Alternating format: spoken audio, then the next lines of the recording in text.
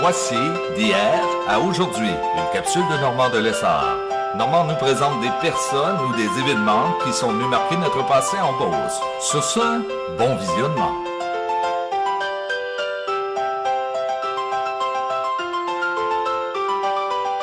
Allô tout le monde, ici Normand de Lessard et bienvenue à une autre capsule de hier à aujourd'hui. Je suis présentement sur les terrains de la boulangerie Doyon de Saint-Côme. Grâce au miracle de l'informatique, je me suis transporté dans les années 50. Aujourd'hui, je vais aller en 2014 rencontrer M. Raymond Doyon, qui va nous parler de l'histoire de cette fameuse boulangerie Doyon qui a marqué l'histoire de la Beauce. On regarde ce que ça donne. Bon visionnement! Hey Gustave, je vais te prendre des bains longuets. C'est ici, dans ce village de la Beauce, soit à Saint-Côme-Linière, que M. Gustave Doyon a commencé sa carrière de boulanger en 1928. Monsieur Raymond Doyon, bonjour. Bonjour, Normand. Ça va bien? Ben oui, ça va très bien. Même pour mon âge, je suis encore très heureux aujourd'hui. Je suis toujours demeuré actif. Oui, oui. C'est pas trop discret, vous avez quel âge? Ah, je suis né en 36, alors ça doit me donner 78 ans. 78 ans en 2014, que nous sommes en ce moment. Oui, c'est bien exact, oui. Monsieur Doyon, parlez-nous des débuts de la boulangerie Doyon. Ça a commencé en 1928. Parlez-moi des débuts. Effectivement, mon père travaillait dans les chantiers du Maine et puis il avait travaillé pendant 6 mois et au bout de 6 mois, il avait amassé environ 600 $. Il a donné 300 $ à son père, puis lui, il s'en est gardé 300. Puis, avec ce 300 $, il a acheté une petite boulangerie, tout petite à Saint-Côme, d'un monsieur Rayon. Et c'est en 1928. Et oui. Et votre père, son prénom était? Gustave Doyon. Monsieur Doyon, parlez-nous de Gustave. Qu'est-ce qu'il faisait dans la vie avant? Avant de devenir boulanger, il avait appris le cours de boulangerie à Lauson, dans une petite boulangerie, et il était devenu assistant et cuisinier dans les chantiers du Maine. Alors, c'était dans le temps, à peu près tout le monde de la Beauce, beaucoup de monde de la Beauce, en 1925-24, allait travailler dans les chantiers de la Beauce. Alors, lui, il était comme tous les autres, mais il voulait devenir un homme d'affaires. Alors, il a ramassé de l'argent un peu, puis il a eu l'opportunité d'acheter une petite boulangerie. Puis, ben là, on verra vers la fin qu'est-ce qui est devenu de cette petite boulangerie-là. Monsieur Gustave Doyon, à l'époque, faisait son pain la nuit et le jour, il allait le livrer en cheval. Et oui, il faisait le tour de Saint-Côme avec son cheval. Quel travaillant, ce monsieur Doyon-là. Oui. Yeah. Je pense que mon père, c'est un exemple. C'est un exemple d'un vrai beauceron. Mon père travaillait... D'abord, il faut dire qu'en 1928, il n'y avait aucun équipement. Il devait pétrir le pain à la main. Et il faisait ça la nuit. Il travaillait extrêmement dur, puis avait certains clients, des clients dans Saint-Côme, alors il allait livrer ce pain-là le jour. Alors il travaillait jour et nuit. Et je vais vous ajouter même, c'était tellement petit commerce qu'il avait gardé d'aller chanter le matin à l'église.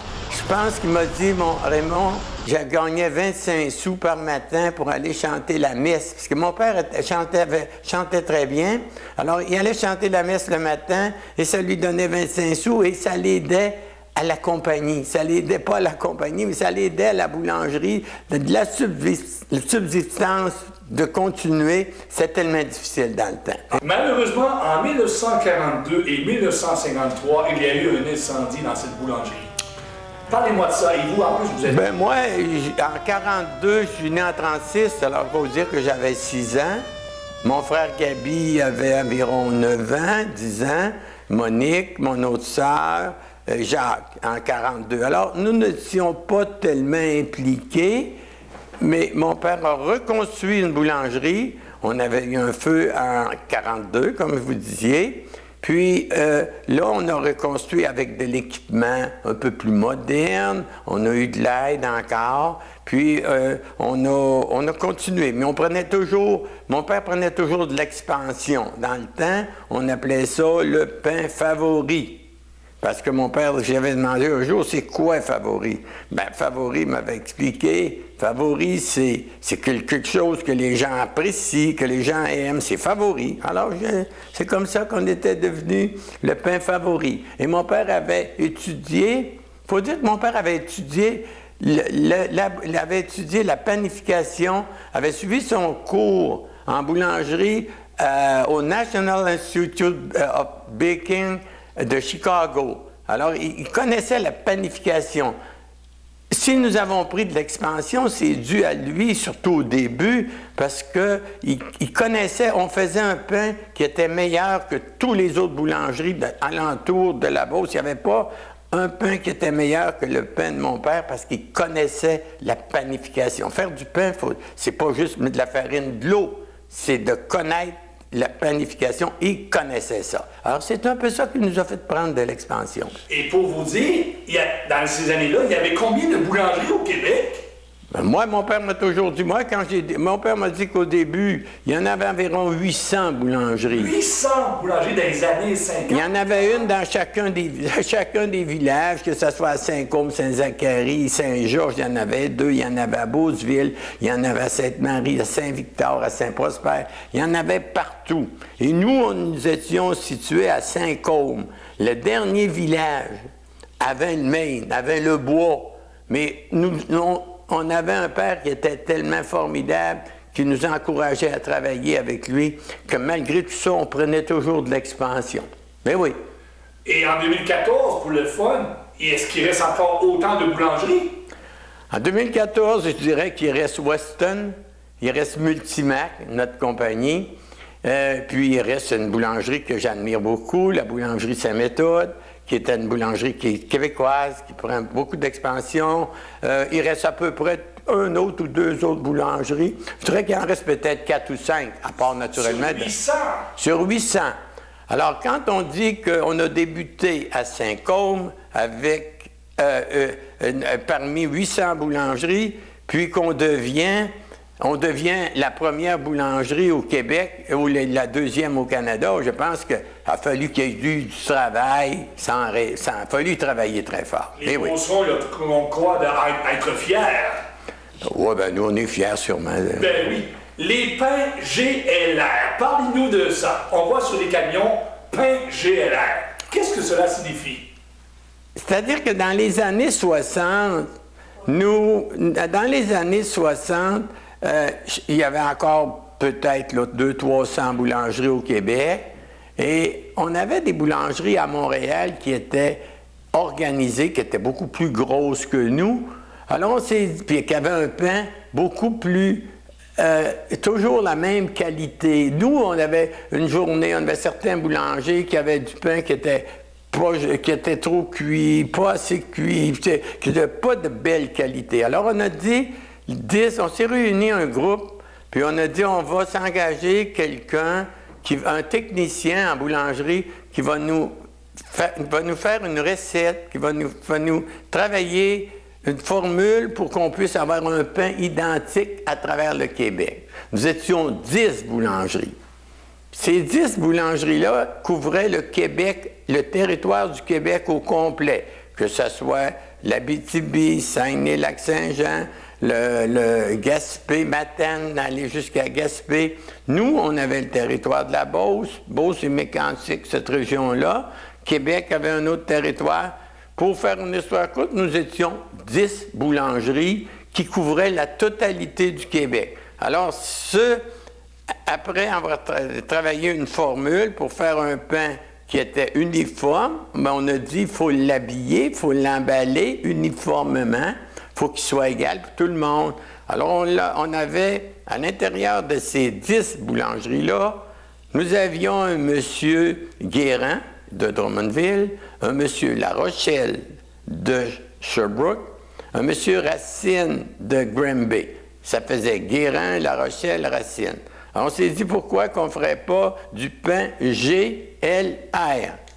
GLR, ça veut dire quoi? Bon, on a dit ça va faire garantie, léger, riche. Alors, on a parti comme ça, les 10 boulangers à fabriquer du pain GLR, et on a eu un succès formidable.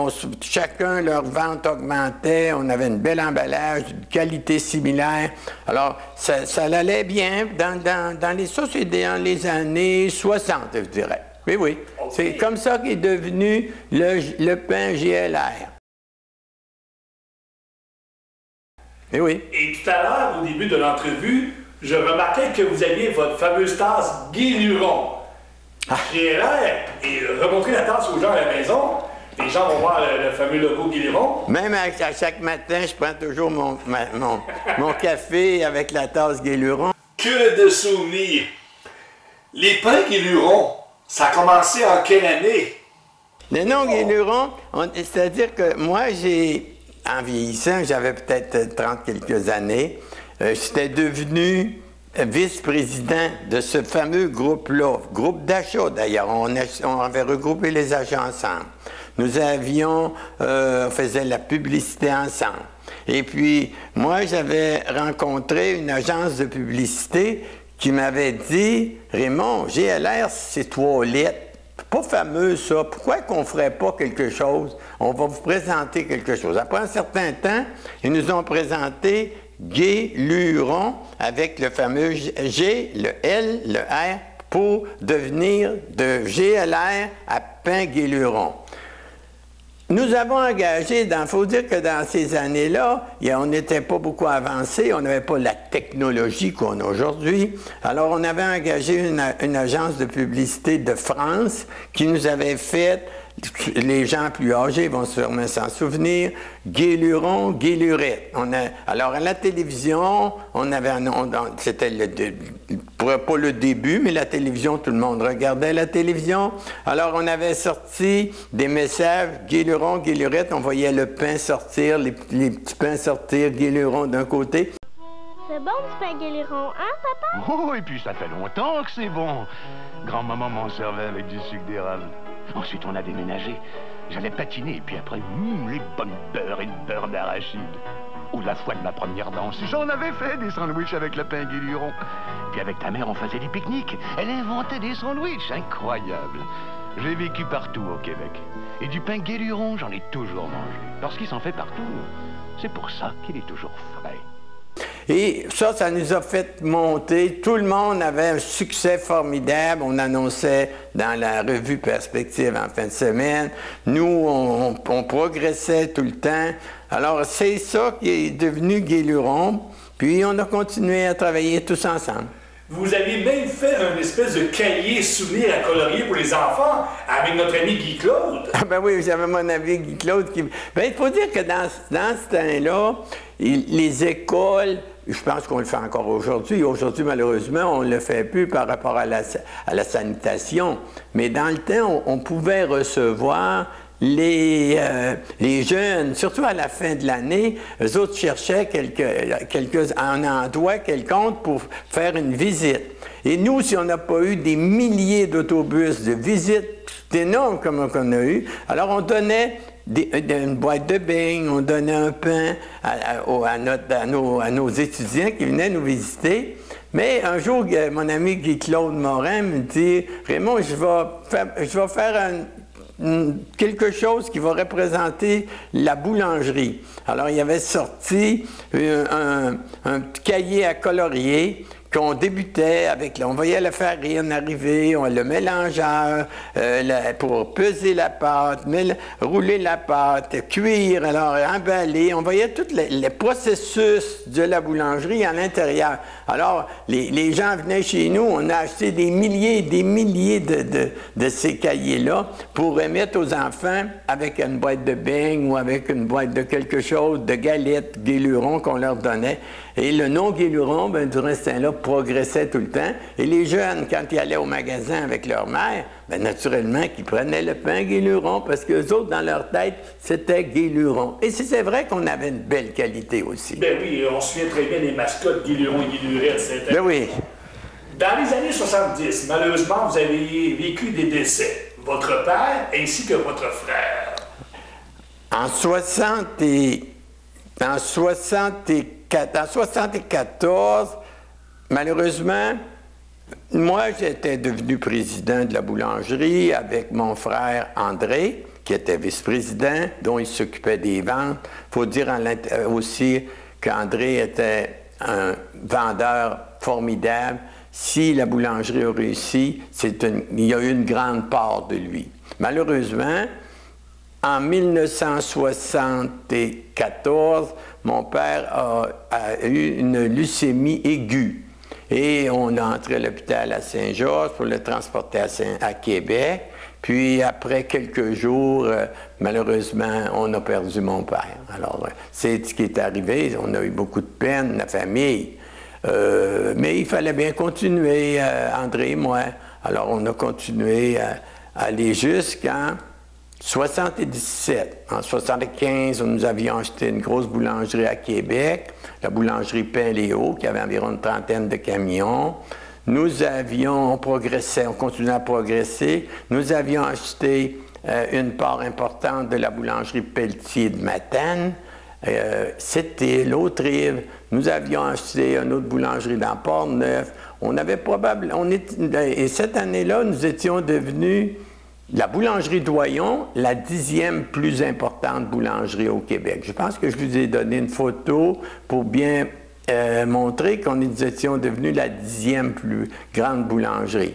Alors, nous en étions bien fiers, étant donné que nous avions commencé à Saint-Côme, et mon père disait, on ne peut pas devenir la 10e plus grosse quand il y en a 800. Il fallait travailler plus fort, il fallait faire quelque chose pour grandir tout le temps. Alors, on est devenu la 10e boulangerie, puis on développait tout le temps. André travaillait très fort. Moi, j'étais président, je coordonnais la production, je coordonnais la totalité de la boulangerie, mais André était très fort dans les ventes, alors ça montait toujours.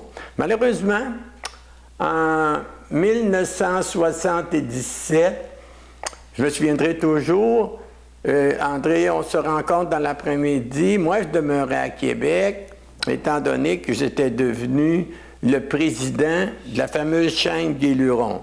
Notre bureau était à Montréal. Nous avions, comme je viens de vous dire, des boulangeries qui étaient situées à l'intérieur qui était à Matane, Sept-Îles. Alors, ça m'a amené à voyager beaucoup à Montréal. Fait que j'ai déménagé ma famille à Québec. Et André demeurait toujours à Saint-Côme. André me dit, ben moi, je vais prendre 15 jours de vacances, je m'en vais en Floride pour me reposer. Mais moi, cette journée-là, j'allais acheter de l'équipement à New York. Alors, je prenais l'avion à Québec pour me rendre à New York. Mais j'arrêtais à Lewiston, Maine. Parce qu'il faut dire que nous, Boulangerie Doyon, nous vendions du pain et des gâteaux à Lewiston, Maine, chez Country Kitchen Baker. Alors, on progressait tout le temps. Puis ça allait bien. Malheureusement, dans la nuit, on me rejoint pour m'annoncer qu'André, malheureusement, s'était tué dans un accident d'automobile à Vallée-Jonction. Il y avait eu un impact, les deux voitures. Le monsieur qui retournait à Québec et André qui revenait dans la Beauce, les deux sont tués, toutes les deux. Alors, il faut dire que moi, j'ai eu une grande peine, la famille aussi. Puis, ben là, il faut continuer, la vie, il faut continuer. Alors, j'ai réorganisé les ventes en conséquence. J'ai divisé les ventes en deux. J'avais gardé Claude Morin à Saint-Côme pour s'occuper des ventes de la région de la Beauce. À Québec, j'avais Jean-Guy Bédard qui s'occupait de cette région-là. Puis, ben, d'autres directeurs ailleurs où on avait d'autres boulangeries. Alors, la vie a continué, oui, on continuait toujours à progresser. Aller jusqu'en 1979. Nous avions, moi j'avais, là, dans ce temps-là, je possédais la totalité des actions parce que j'avais acheté mon frère, et alors, qui était décédé. J'avais la totalité des actions et ça devenait, il fallait faire encore une étape. L'étape suivante, c'était de se regrouper. Alors, on s'est regroupé environ 5 boulangeries. La boulangerie du Rivage de Montréal, la boulangerie Robin, boulangerie Tremblay de Chicoutimi, boulangerie Barbeau-Robin et Doyon. Nous étions 5, avec un associé qui était Canada Bread. Leur bureau chef était à Toronto. Ils étaient associés avec nous. Alors, c'est ce qu'on était rendu en 1979. Comment est arrivé le pain de pomme? En 1979, je viens de vous expliquer qu'on s'était regroupés. Là, nous avions environ 2000 employés, probablement environ 2000. Et la boulangerie Pomme était située à Montréal,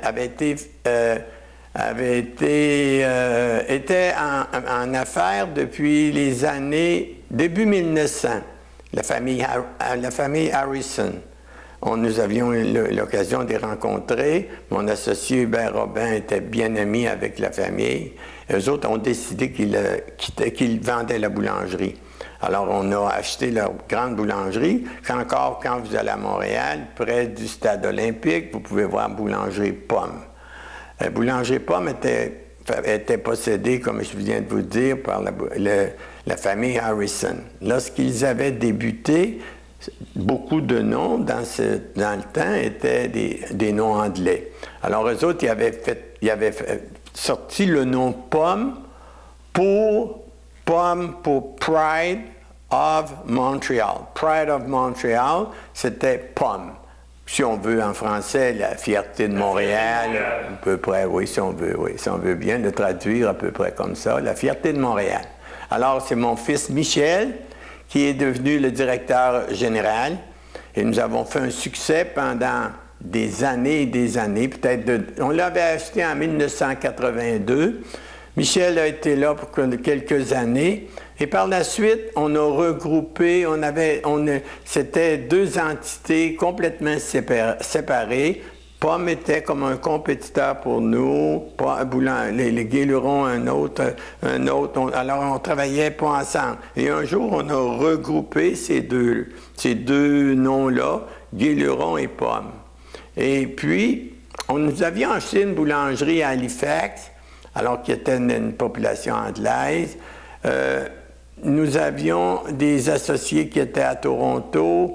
Eux autres, le nom Guilleron lui plaisait moins.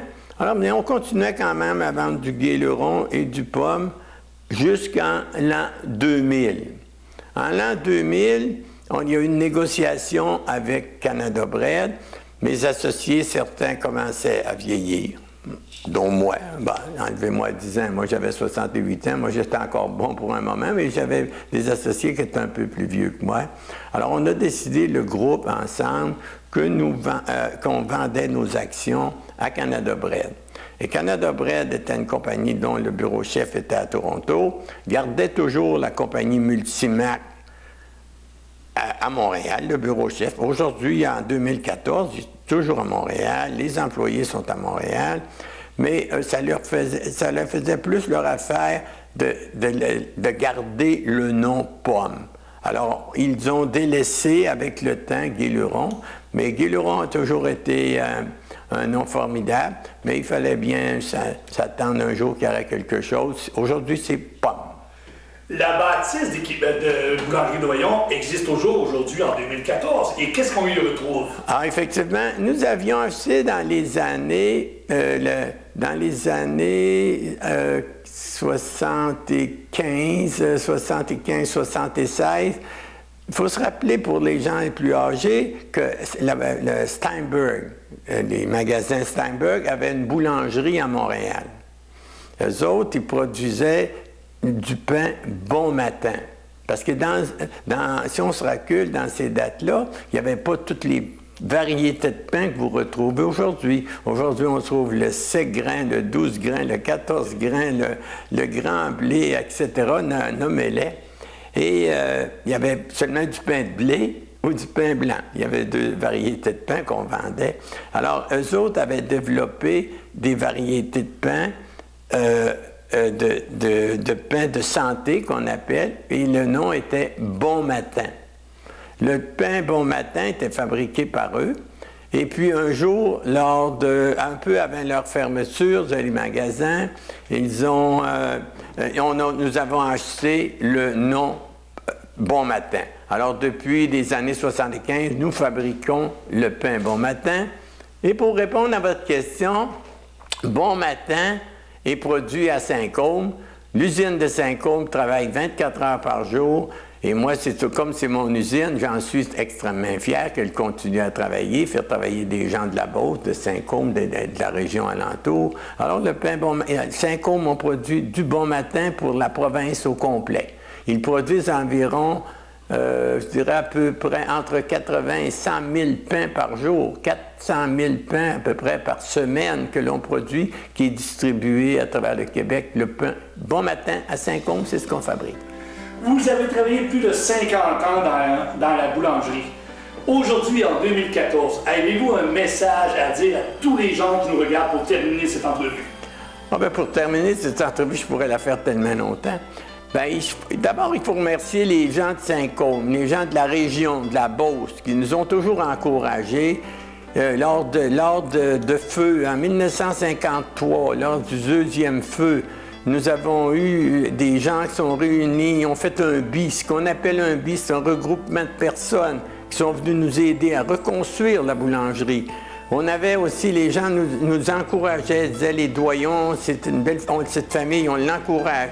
Alors, on faisait un bon produit aussi, mais il faut remercier la population. Et aussi, moi, ce que je dois remercier pour le succès que je peux avoir eu, c'est les employés que nous avons eus. Moi, j'ai eu des employés qui travaillaient 60 heures, 75 heures, 80 heures par semaine, qui étaient toujours prêts à donner des employés extrêmement dévoués. Si je n'avais pas eu ce personnel-là, probablement qu'on ne serait pas devenu ce qu'on est devenu aujourd'hui. Alors, un grand merci à toute cette population-là qui nous a toujours fait confiance. Aussi, vous avez entendu parler des doyons en équipement de boulangerie, doyons en équipement de restauration. Les doyons, on est une famille qui est une famille industrielle, une famille qui est aimée des gens, mais nous aimons les gens aussi, nous. Alors, encore 1000 fois, merci. Au nom de tous les Beaucerons, je termine en vous disant merci. C'est grâce à vous qu'à tous les matins, nous, les Beaucerons, nous avons déjeuné avec la famille Doyon. Ah ben merci beaucoup. Merci 1000 fois. Merci, M. Doyon. Merci, Normand. Merci et bonne journée.